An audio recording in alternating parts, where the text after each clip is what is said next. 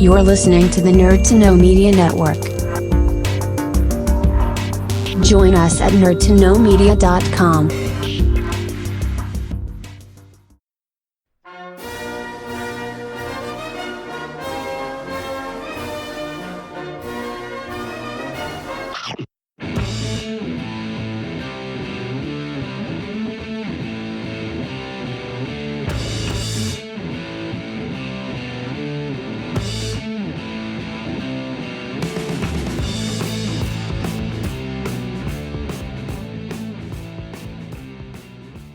Welcome back to another new episode of Bite Size Britain, and in today's episode I get to take you back to not only one of my favourite parts, one of my favourite places of Britain, but back to one of my favourite time periods in British history as well.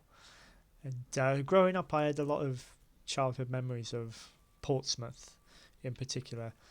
My dad moved down there when I was 7, so we would have trips down to see him, and I've got memories of there's a play centre there we used to go to. There was a swimming pool, the Portsmouth Pyramids, if anyone listening to this remembers that at all. Fond memories there, but there is one place in particular in Portsmouth that really does hold dear to me, and that is, of course, the Portsmouth Historic Dockyard. There's too much to really talk about in one episode, so I will probably be doing a few different ones centered around the Historic Dockyard in Portsmouth. But this is it's the one place I think in Britain where it exhibits one of the most fascinating parts of British history, which is the naval history, and it is obviously naturally the headquarters of the Royal Navy, and it's a place where you'll find the Museum of the Royal Navy. Not only that, but you can connect to history firsthand by stepping aboard some of the most famous warships in British history, namely HMS Victory, obviously, the flagship of Admiral Nelson in the Battle of Trafalgar. You can go aboard there. You can learn more about the history of the Victory's part in the Battle of Trafalgar. You got HMS Warrior, the first ironclad warship of its kind. But I think the one part of the Historic Dockyard which really has almost, I'd say, haunted me since childhood for one reason or another is the Mary Rose. It's you may or may not know the history of Henry VIII's flagship, the Mary Rose. I'll give you a little bit of background on it, but the Mary Rose Museum at the Historic Dockyard in Portsmouth is one place. Anyone who listens to this, anyone who would spare me a few moments at any point for me to indulge them in this, I would always recommend you go to. I remember seeing the display of the Mary Rose back when I was in school, and before I delve too much into the history of it, it was during the early days, really, somewhat sort of the first decade or so after part of it had been raised and on display, and I just remember really chilling, haunting kind of feeling, just staring at these skeletal remains of this Tudor warship, and I hadn't visited it since then. It's probably about 25 years now, at least, maybe even more, maybe sort of 30 years since I was last there, and I went there a few weeks ago with my little boy, and I relived that. I've seen what they've done with it, how much more there is to see. It's just that real feeling of, I don't know, it's just eerie. But anyway, for those who may or may not know the history of the Mary Rose, we take you back to Tudor England, the reign of Henry VIII. And in 1545, Britain was facing the invasion from France, one of many attempts during that period of time. And seemingly, Britain was under seemingly insurmountable odds, as around 200 ships from the French fleet had gathered off the coast of the Isle of Wight, and they were opposed by only around 80 ships that Henry VIII had amassed in his navy at the time. So odds were against her, but obviously, the Mary Rose was as I said, the flagship there, leading the charge against the French on that day in 1545. And the Mary Rose left through the Solent. She was off the coast of Southsea, and she led the charge towards the French. And as she turned portside to launch to further her attack, the ship listed and very quickly sank to the bottom of the Solent. And all of this was in full view of Henry VIII. And he was launching this defence of his land out of one of his most important ports that he had, with what had been the most important part of his Royal Navy for about 35 years when she'd been in service. The Mary Rose was meant to be, I think, the one that would lead the Brits to victory, and very quickly it all turned to complete horror as he watched her sink.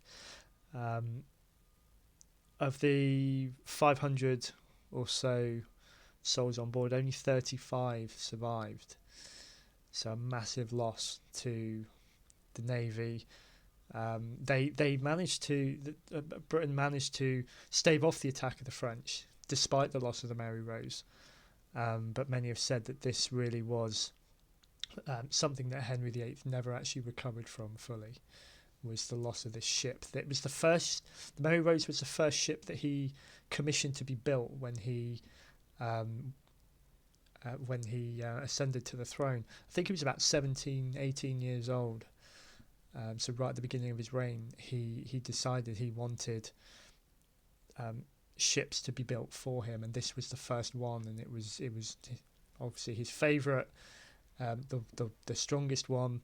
There's been many theories about why the Mary Rose sank that day, who was to blame. More importantly, there's been some fascinating documentaries recently trying to get to the bottom, so to speak, of the sinking of the Mary Rose, and trying to find that pivotal point to explain what happened.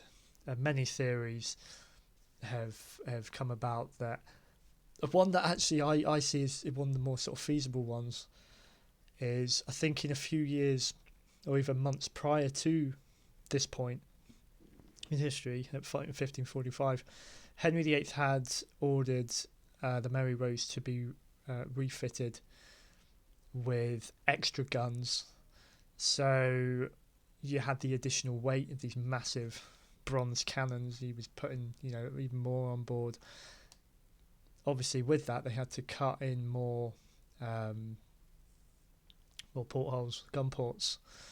And it is said that as the Mary Rose turned to then face the French fleet to then start firing again, it was a combination of the added weight and the additional open gun ports that as soon as she started to list, that's why she went down so quickly, is because all these additional gun port windows were open and the water flooded in. And there's so many other ideas about what happened, but that to me is one that could well ring true.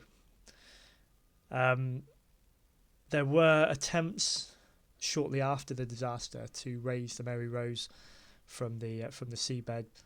I believe on one of the early attempts, the masts actually were in that attempt, the masts were broken and they were snapped off, and then they abandoned at some point soon after. They did abandon attempts to raise the Mary Rose, and she would remain on the seabed of the Solent for a few centuries. Then there were other attempts in the 19th century.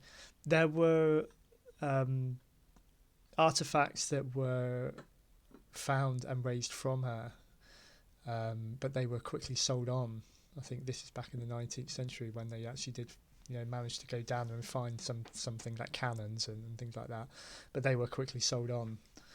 And it wasn't really until 1971, so after 3 years of surveying a certain site of the Solent, a diver called Percy Archibald actually helped to uncover some of the port frames of what they then believed could be the Mary Rose.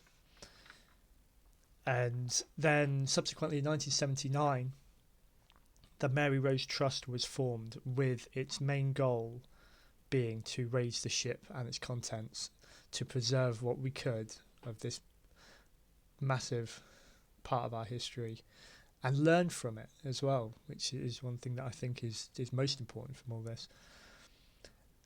And 1982, after a few years of surveying the site, it was one of the biggest underwater archaeological projects known at that time, and it culminated in 1982 when they were actually able to raise the hull, or what remained of the hull, of the Mary Rose for the first time in 437 years. And it was actually broadcast on BBC TV, and I think about 60 million people, if I'm right, tuned in to watch the live coverage of the raising of the Mary Rose. The remains of the hull were then transported in this massive cradle thing. They were transported to a dry dock in Portsmouth Historic Dockyard, where it remains today. And it went through a lot of years of preservation, and they actually constructed the museum as it stands and has stood for a number of years. Has actually been constructed over the dry dock that the Mary Rose was taken to back in 1982 on that day it was raised. And this is where it brings me to my earliest memories of the Mary Rose, when we actually went there on a school trip. This was in the early days of the museum as it was. I think this was probably about 1992. I was in junior school at the time, so probably about 10 years or so. And I just remember it resembled this massive hangar, like warehouse sort of thing. We were stood up on like a mezzanine floor with these audio paddles to our ear, where it doing this like audio tour where it told you about, I can't remember anything about it, what it actually said, but you'd look down on this, like I say, this very skeletal remain of this ship, and it had the sprayers on, the chemical that they sprayed it for so many years to try and help preserve it. So when I returned only a few weeks ago, 2021, after all this time, I actually went back there. I was absolutely amazed by what the museum looks like and what how it feels now. Obviously, my memory from my school days is only very scattered anyway, but really, they finally in 2013 they got to the stage where they were actually able to turn the sprayers off. So for the first time in all those years, it didn't need to be sprayed with this chemical anymore, and they allowed it then period of drying out, so that today you can go and view it. Much of the museum is centered around viewing the ship through a glass wall, but you go through 3 floors of fascinating artifacts. You got the ship on one side, this separated just between yourselves by this glass wall, and as you walk past the wreck of the ship, on the other side you've got all these artifacts in position, in the same sort of position where they were found. So you get to see the ship, and you get to see all the things. 19,000 objects they've managed to to pull up from the site and the wreck to date, and many of which are on display in the museum. And you sort of, I felt you really do live it as you walk through it. You see what was recovered from the ship, where it was. They've got some displays of some of the people some of the skeletons that they found of obviously some of the people who lost their lives on the wreck the day it went down, and they're trying to piece together their histories as to who they were, and it is fascinating. Doesn't really sum it up, I don't think. If you're like me, you go to somewhere like that, you get a feeling, and it's something, like I said, I used at the top of the show the phrase "it haunted me." It really has. I think the image of the wreck of the ship that I saw when I was a kid, and then going back and seeing it, I mean, it is awe-inspiring. It's phenomenal seeing this piece of history and knowing that this is part of the ship that went out to fight the French that day, commanded by Henry VIII. It's one of my favourite times of British history was Tudor England. And so in 2016 they closed the museum as it was then for 9 months to allow the wreck to dry out, so that now you can actually go up and view it from the top level of the museum. You can actually, there is no glass wall now separating you. You can actually look down for the first time onto the ship, without anything in between. And it's truly sensational. So that's just one part of the dockyard, but it's one that really does still sit with me today, and somewhere I will go back to again, I'm sure.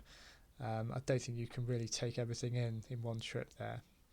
But pivotal point in British history, and one that you can still go back and relive. And it's one that is still raising more questions, I think, than they're answering about our history, which I think makes it all the more special.